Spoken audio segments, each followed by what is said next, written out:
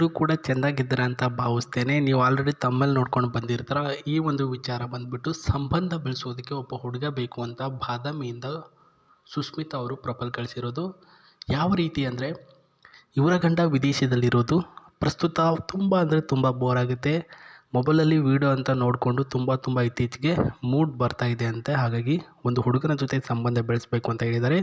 But ಕೆಲವೊಂದಿಷ್ಟು ಪಾಯಿಂಟ್ಗಳು ಹೇಳಿದ್ದಾರೆ. ಆ ಒಂದು ಪಾಯಿಂಟ್ಗಳಲ್ಲಿ ಸೆಲೆಕ್ಷನ್ ಆದರೆ ಮಾತ್ರ ಅವರು ನಿಮ್ಮ ಜೊತೆ ಬರ್ತಾರೆ, ಅವರ ನಂಬರ್ ಕೊಡ್ತಾರೆ. ಬನ್ನಿ ಇವರ ಡೀಟೇಲ್ಸ್ ನೋಡೋದಾದರೆ, ಸುಸ್ಮಿತಾ ಬಾದಾಮಿಯಲ್ಲಿರೋದು, ಮದುವೆ ಆಗಿದೆ ಪ್ರಸ್ತುತ ನನಗೆ ಅಂತ ಹೇಳಿದ್ದಾರೆ. ತೆಳ್ಳಗಿನ ಒಂದು ಶರೀರ, ತೂಕ ಬಂದು 55 kg, ಗಂಡ ವಿದೇಶದಲ್ಲಿರೋದು, ಒಬ್ಬಳೇ ನಾನು ಮನೆಯಲ್ಲಿ ಇರೋದು ಅಂತ ಹೇಳಿರ್ತಕ್ಕಂಥದ್ದು. ಇವರ ಕುಟುಂಬದ ಒಂದು ಡೀಟೇಲ್ಸು, ಪ್ರಸ್ತುತ ಇವರ ಗಂಡವರು ಹೊರಗೆ ಕೆಲಸಕ್ಕೆ ಹೋಗೋದು. ನಮ್ಮ ಅತ್ತೆಯವರು ಕೂಡ ಹೊರಗಡೆ ಸುತ್ತಾಡೋಕ್ಕೆ, ಫ್ರೆಂಡ್ಸ್ನ ಮೀಟ್ ಆಗೋಕ್ಕೆ, ಅವ್ರ ಜೊತೆ ಇವ್ರ ಜೊತೆ ಅಂತ ಮಾತಾಡೋಕ್ಕೆ ಕೂತ್ಕೊಂಡ್ರೆ 2 ದಿನ ಬರೋದೇ ಇಲ್ಲ ಅಂತ ಹೇಳಿರೋದು ಸ್ನೇಹಿತರೆ. ಸೊ ಈ ಒಂದು ಸುಸ್ಮಿತಾ ಅವರಿಗೆ ಈ ರೀತಿ ಕ್ವಾಲಿಫಿಕೇಷನ್ಗಳಲ್ಲಿ ನೀವು ಇದ್ದರೆ, ಒಂದು ಒಳ್ಳೆಯ ರೀತಿಯಲ್ಲಿದ್ದರೆ, ಅವ್ರು ಹೇಳ್ದಂಗೆ ನೀವು ಕೇಳ್ತೀನಿ ಅಂತಂದರೆ ಖಂಡಿತವಾಗ್ಲೂ ಅವರು ನಿಮ್ಮ ಜೊತೆನೇ ಸಂಬಂಧ ಬೆಳೆಸ್ತಾರೆ ನೋಡಿ. ಫೋನ್ ಕಾಲ್ನಲ್ಲಿ ಜಾಸ್ತಿ ಮಾತಾಡಬೇಕು ಮೊದಲು.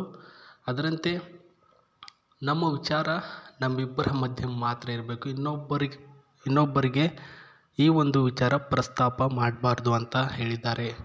ಸ್ವಲ್ಪನಾದರೂ ನೀವು ಕುಡಿತಿರಬೇಕು, ನನ್ನ ಜೊತೆಗೆ ಕಂಪನಿ ಕೊಡಬೇಕು ಅಂತ ಹೇಳಿದ್ದಾರೆ. ಅಂದರೆ ಸೊ ಆಫ್ಟರ್ ಈ ಒಂದು ಒಳ್ಳೆಯ ಲವ್ ಮಾಡಬೇಕಾಗಿರ್ತಕ್ಕಂಥ ಟೈಮ್ನಲ್ಲಿ, ಅಂದರೆ ಬೆಡ್ರೂಮಲ್ಲಿ ಇರ್ತಕ್ಕಂಥ ಟೈಮ್ನಲ್ಲಿ ಕುಡಿದ್ಬಿಟ್ಟು ಹಾಗೆ ಮಾಡಿದ್ರೆ ತುಂಬ ಅಂದರೆ ತುಂಬ ಮಜಾ ಬರುತ್ತೆ. ಹಾಗಾಗಿ ಇವ್ರು ಹೇಳ್ತಿರೋದು ಅದನ್ನೇ ಸ್ನೇಹಿತರೆ.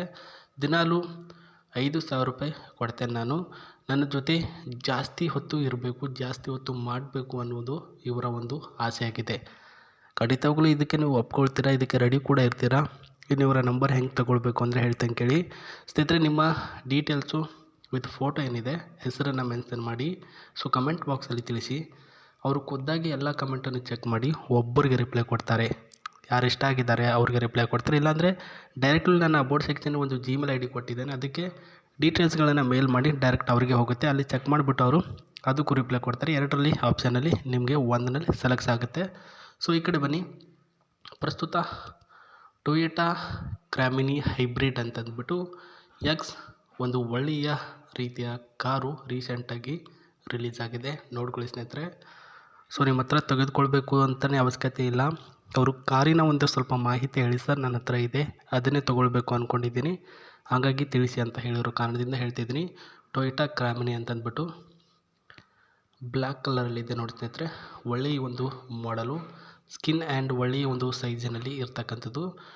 ಇಟ್ ಈಸ್ ಎ 3 size 2 ಅಂತ ಹೇಳಿರ್ತಕ್ಕಂಥದ್ದು.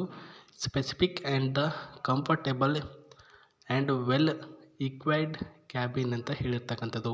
ಒಳ್ಳೆಯ ಒಂದು ಕ್ಯಾಬಿನ್ ಆ್ಯಂಡ್ ಒಳ್ಳೆಯ ಕಂಫರ್ಟೇಬಲ್ ಫೀಲ್ ಕೊಡ್ತಕ್ಕಂಥ ಸೀಟರ್ಸ್ ಕೂಡ ಅವೈಲಬಿಲಿಟಿ ಇದೆ ಇದರಲ್ಲಿ.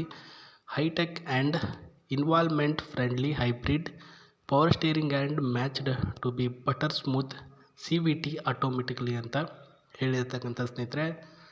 ಸೊ ಇವರ ಒಳಗಡೆ ಹೆಂಗಿದೆ ಅಂತ ನೋಡೋಣ. ಒಳಗಿನ ಒಂದು ಸ್ಟೇರಿಂಗ್ ಫ್ಯೂಚರ್ಸ್ ನೋಡ್ಕೊಳ್ಬೋದು. ಬ್ಲ್ಯಾಕ್ ಕಲರಲ್ಲಿದೆ ಸ್ನೇಹಿತರೆ. ಲುಕ್ಕಲ್ಲೂ ಕೂಡ ಅಷ್ಟೇ ಚೆನ್ನಾಗಿ ಸ್ಮಾರ್ಟಾಗಿ ಇರ್ತಕ್ಕಂಥದ್ದು.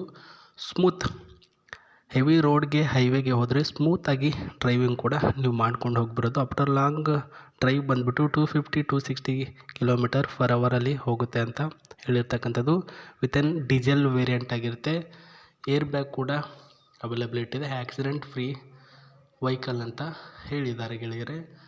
So this is our new car review ಅಂತ ಆಗಿತ್ತು ಸ್ನೇಹಿತರೆ. ಕಾರಿನ ಮಾಹಿತಿ ಇಷ್ಟ ಆಗಿದ್ದರೆ ಬಿಟ್ಟಾಕಿ ತೆಗೆದುಕೊಳ್ಬೇಕು ಅಂತ ಆಸೆ ಅವ್ರಿಗೆ ಇದೆ. ನೋಡೋಣ, ನೀವು ಫಸ್ಟ್ ಅವರ ಜೊತೆ ಒಂದು ಸಂಬಂಧನ ಬೆಳೆಸೋದಕ್ಕೆ ಪ್ರಯತ್ನ ಪಡಿ. ಬೇಗ ನಿಮ್ಮ ಮಾಹಿತಿಗಳನ್ನು ಕಳಿಸಿಕೊಡಿ. ಸೆಲೆಕ್ಷನ್ ಆದರೆ ತುಂಬ ಒಳ್ಳೆಯದು, ಇಲ್ಲಾಂದರೆ ಕಾಯ್ತಾರಿ, ನಿಮಗೂ ಕೂಡ ಒಬ್ಬರು ಸಿಕ್ಕೇ ಸಿಗ್ತಾರೆ ಅಂತ ಹೇಳ್ತಾ ಸಿಗ್ತೀನಿ ಮತ್ತೆ. ನಮಸ್ತೆ.